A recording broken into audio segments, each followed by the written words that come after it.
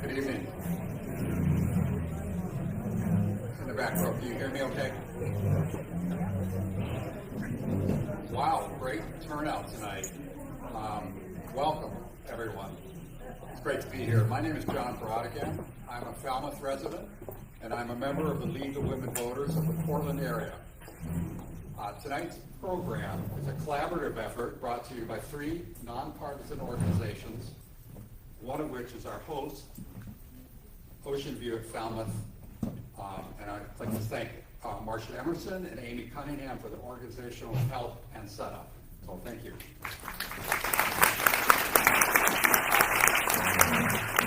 The evening program is thanks to the League of Women Voters of the Portland area and the Falmouth Memorial Library, represented tonight by Kline Community Events Librarian. Thank you to Evan Murray, my friend and colleague, League of Women Voters of Maine's Civic Engagement Director, for live streaming this event. This recording will be available on the League of Women Voters of Maine Facebook page, as well as Democracy Maine YouTube channel. And thank you to our candidates. We have Diaz, Klein, Andrew Sharp, and Danielle Tracy. Thank you for answering the inquiries we had before tonight, meeting deadlines, and providing feedback on tonight's format. And thank you for running and for participating here tonight. The League of Women...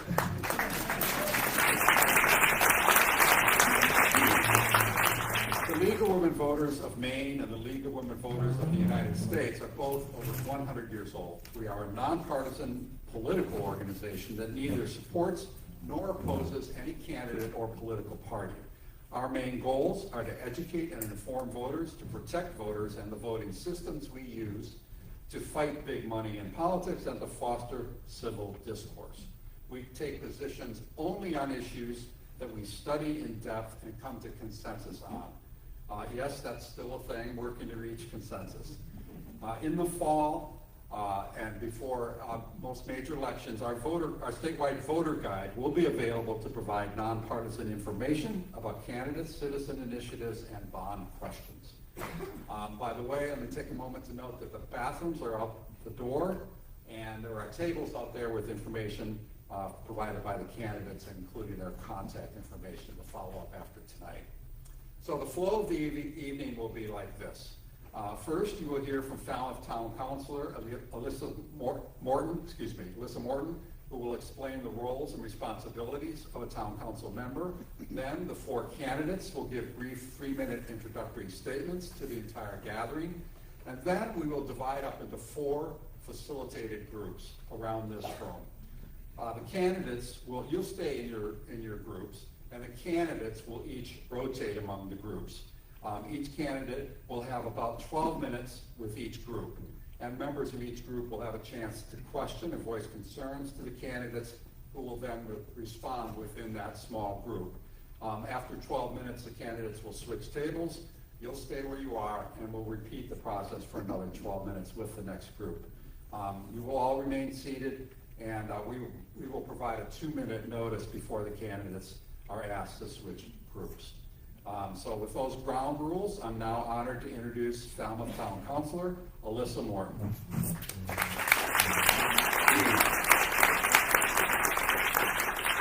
Thank you, John, and good evening, everyone. I am Elisa Conroy Morton. I am your town councilor, so if you see me in formal settings or informal settings, such as at the Little League field, in the grocery store, please don't hesitate to come over and speak with me, because that's why I'm here. I always joke that I'm not the Lisa, I'm just Elisa. So that's how you can remember my name.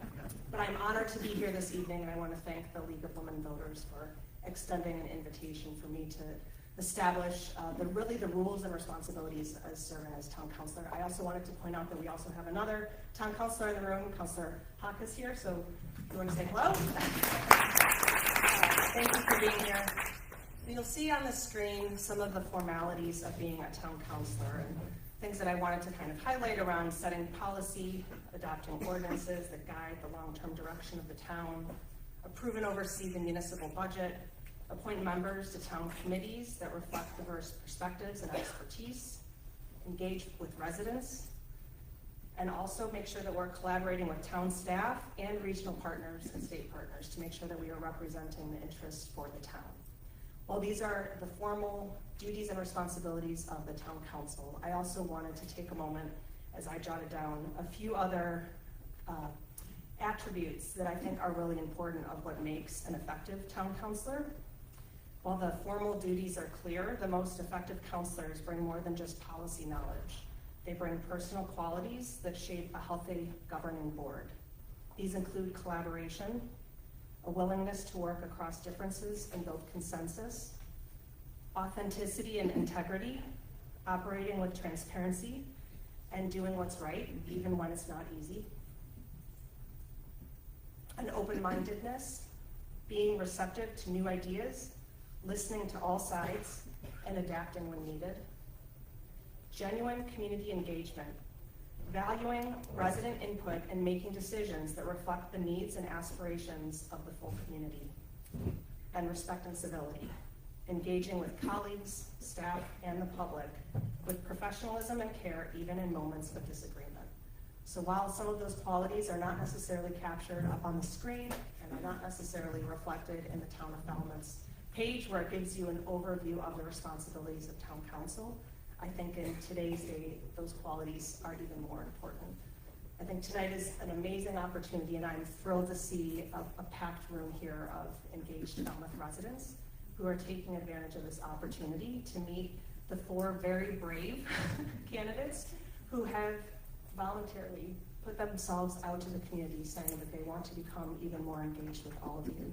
And so I appreciate all of you for making the time and effort this evening to come and to listen to the candidates, to hear their ideas and perspectives, to ask your questions, to come with an open mind. And I want to thank the candidates as well for the time that they have put in, not just to this evening, but to this election and to their commitment to the town of Falmouth. So thank you very much. And with that, I believe, John, I'm turning it back over to you.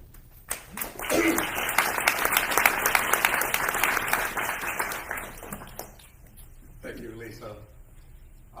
Before we move on, I just want to do one more recognition. Anybody in the room who has previously served in elected office, could you just raise your hand and we can give appreciation to you who have previously served in elected office in Maine or elsewhere.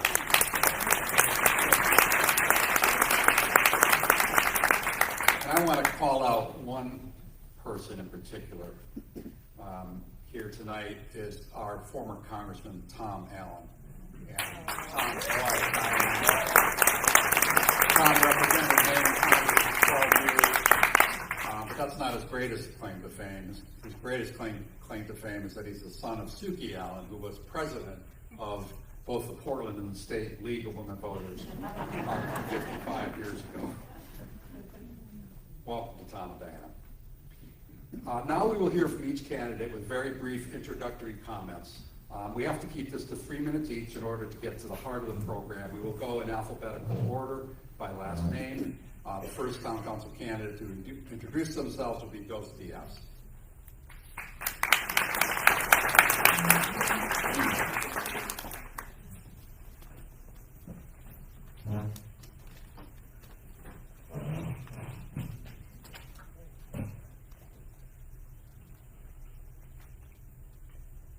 Thank you all for being here. I'm actually really excited to be here myself.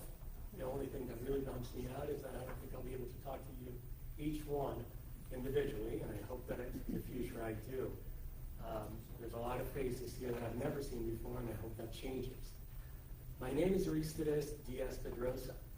I go by Dos, as in number 2 in Spanish. I was born and raised in Puerto Rico, and I moved to college. Moved to the United States to go to college, where I met my wife, Abigail. Abigail actually grew up down the road 5 miles from here. We then went to law school together, and we've been married for 21 years, and I believe that most of them have been married happy with her. We did move to Falmouth in 2011. At the time, we had a 3-year-old, and Abby was pregnant with our son, Mateo. We had worked in New York and in DC, and we were tired of the hustle and bustle, and we just wanted to find a community and family. Abby's parents live here, and she's got about 12 cousins, and most of them are still here. And we did find a great community here. My daughter is now going to be a senior in high school in Falmouth, and my son Mateo is going to be in 8th grade. Professionally, I started as a deals attorney. I was a leverage finance attorney in New York City. And then I transitioned to be a recruiter, legal recruiter, when I moved to Falmouth. Most people have asked me, why are you doing this, man? Why are you running for town council? And I really try to come up with a polished and smart explanation as to why I would want to do that. I really cannot come up with one. And so instead I decided to go for the truth. And the reality is, I like to help, right? And nothing feels better than helping, at least to me. There's no agenda, just service, and just wanting to help. In the time that I've lived in Falmouth, I've proven my commitment to service. I've been a volunteer firefighter for 5 years, and I've been a member of the Sustainability Committee for 2. I believe the roles that I just outlined, being an attorney, being a firefighter, and being a small business owner, provide a unique set of qualities that would be good to have for a town council member. As a lawyer, I have to think critically. As a firefighter, I have to rely and communicate well with my team members. And as a small business owner, I have to be savvy about the way that I spend my time and my resources. And I believe that those are all qualities we would like to see in town council. And I look forward to serving you all for 3 and at least perhaps 6 years. Thank you so much for your time.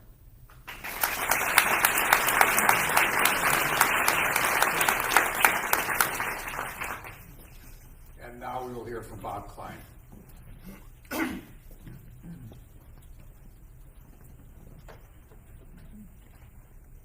Thank you, sponsors, and thank you all for coming to learn. This will be somewhat of a different opening. It's encapsulated with the following question. Why should town council pay attention to the school budget? Everyone, including 70% of our wonderful community who do not have school-aged children, have uniformly said, we want great schools. At the same time, they have questioned recognizing that 78% of our dollars spent on taxes are going to schools. They want to be sure that they're being spent prudently. I am transitioning from a 45-year legal career in which my responsibility and value was derived from analyzing, isolating issues and risks, and then crafting a mitigation plan. The risk that I see to our community derives from a BVR school budget referendum rejection. I think it's a real risk, as evidenced by what's happened in neighboring communities. In 2023, there were 2 BVR rejections. BVR's budget validation referendum is going to be this Tuesday, June 10th. In 2024, there were 2 rejections. Gorham passed it by 4 votes, by the way, and that's not counted as a rejection, obviously. A BVR rejection, I think, is disruptive to our process, it's disruptive to our community. I don't want to see that happen, and that is the risk I think we need to mitigate against. Doing so requires that council refer, I didn't see it on the board, but to Article 5 of our charter, which makes the town council responsible for reviewing and approving with or without amendment of the school budget. We are spending $2,000 or more than $2,000 more per student per year than Greeley or Cape. The question, why? There's a metric that we don't use, but the other districts do, and that is percentage over EPS for teachers. What am I talking about? EPS is the Essential Programs and Services process by which the state of Maine Department of Education determines how much should be spent on a formulaic basis. The other districts are ranging between 27 and 32%. Falmouth is the outlier at 41% over. By suggesting this, I'm not asking the question to say we need to make cuts. That may be the right decision to be made. The question should nevertheless be asked. It sounds wonkish, but it's extremely important. And I urge each of you, when you sit down with the other candidates, to ask this question. As a counselor, will you help oversee the 78% of our tax dollars being spent on schools? Thank you.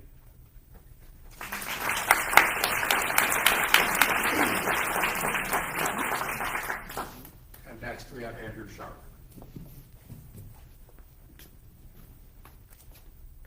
Good evening, everyone.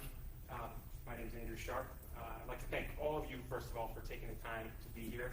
and the League of Women Voters, Falmouth Memorial Library, Ocean View for hosting this great event. I'll use these couple minutes to introduce myself, tell you a little bit about why I'm running for town council, and then look forward when we get to the tables to digging into the issues.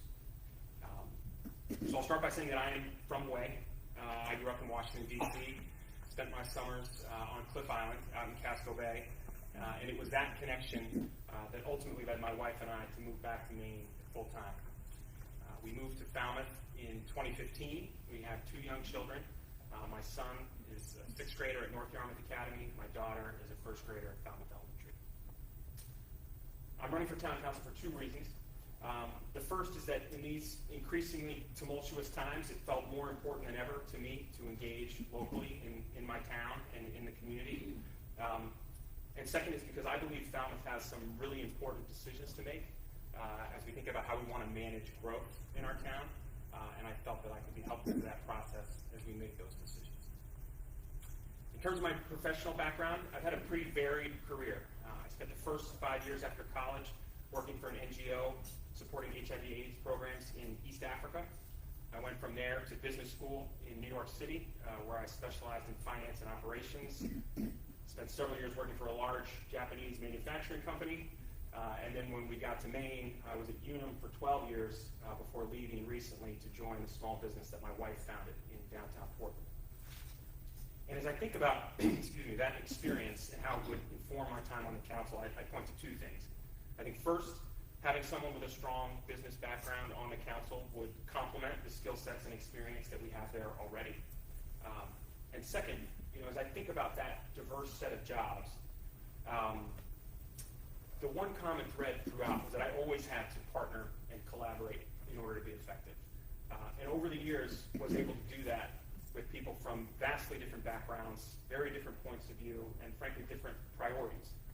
And I think that's what we want on the council. Yes, the 7 councilors will not always agree. The 12,000 residents of Falmouth certainly will not always agree. And so I think we want a council that is open to listening to different perspectives, able to collaborate even when we disagree, and can ultimately build compromise and deliver results. I think I am well positioned to do that, and I would look forward to the opportunity to serve the town. And I look forward to talking to all of you in a couple minutes. Thanks.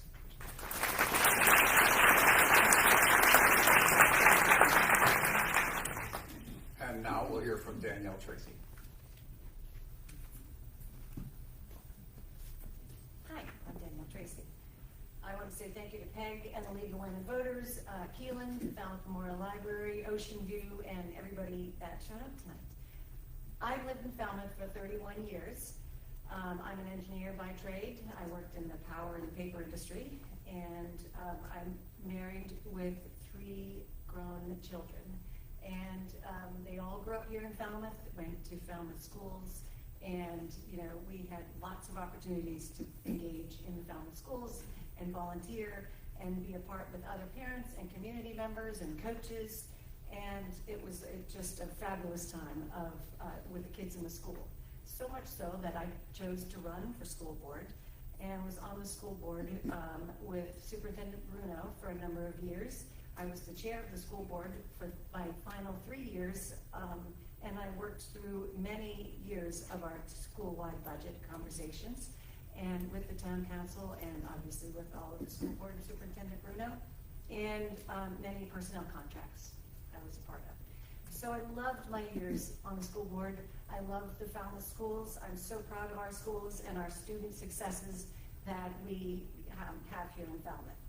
So currently, I'm the library board chair, the president, working with Director Jenna Mayotte on the library board budget and through the process with the town council finance committee. So we have worked together to come up with a budget that works for all of us and keeps the library well-funded and strong in the future. I'm also the chair of the pastoral council at my church at Holy Martyrs, and I've been working with both the Falmouth and the Cumberland food pantries for over 10 years. So when I think about why I want to run for town council, I firmly believe that service builds connections and trust. And I loved being a part of all the groups that I've been a part with and continue to be. And one connection leads to another. And so I then had an opportunity to represent the Flats neighborhood where I live on our Vision and Values project. In this group, we all collaborated on Zoom meetings and charrettes and focus groups to build the framework for the comp plan that the council is using now. All these experiences make me ready to engage with the town council in a meaningful and impactful way. I love Falmouth. I want my kids to grow up here and raise their families. I want to maintain what makes Falmouth special. But we know that doesn't mean stand still. We have to work to maintain our schools, our libraries, our open spaces and trails. We have to be smart about infrastructure and the costs and the designs and the impact that it takes. So I look forward to talking to you all about our infrastructure, our roads, our businesses, and our homes for seniors to stay here and for young people to be able to move in. Thank you for the opportunity, and I look forward to talking to you all at the tables tonight.